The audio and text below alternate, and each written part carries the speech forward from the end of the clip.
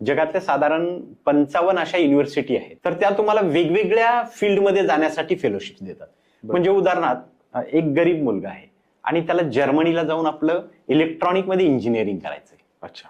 साधारण 25-30 लाख रुपये आज खर्च येतो सर त्याला, बरं. किंवा त्याही पेक्षा जास्त. बरं. तर तुम्हाला जर्मनीतल्या काही युनिव्हर्सिटी आहेत अच्छा. की तुम्ही इलेक्ट्रॉनिक मध्ये इंजिनिअरिंग करणार आहे, पण तुमच्याकडे यापूर्वीच इलेक्ट्रॉनिक मध्ये काहीतरी एक वेगळा कन्सेप्ट आहे.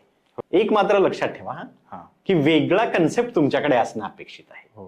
तर त्याची तुम्ही एक सिंपलशी एंट्रन्स एक्झाम देऊ शकता. त्या युनिव्हर्सिटीच्या वेबसाईटवर ही सगळी माहिती असते. त्याचा एक प्रोजेक्ट सबमिट करू शकता, एक इंटरव्ह्यू होतो आणि त्याच्यानंतर तुम्ही सिलेक्शन झाला तर तिथून पुढे तुमचं ट्रॅव्हलिंग, येणं जाणं बाय एअर, अकॉमोडेशन, तुमची ट्युशन फीस, तुम्हाला स्टायफंड सुद्धा मिळतो. मग अशा संधी जगातल्या 50 विद्यापीठं तुम्हाला आज देत आहेत.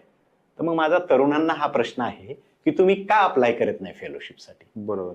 याचं एकच उत्तर आहे सर, माहिती नसणे, लॅक ऑफ इन्फॉर्मेशन ज्याला म्हणतो आपण. बरोबर. मग हे महाविद्यालयीन शिक्षणात किंवा माध्यमिक शिक्षणात हे शिक्षक म्हणून आम्ही विद्यार्थ्यांना सांगणं अपेक्षित आहे, अरे बाबा तू IIT ला नाही लागला, सुसाईड करू नको. आयुष्यात खूप संधी आहेत.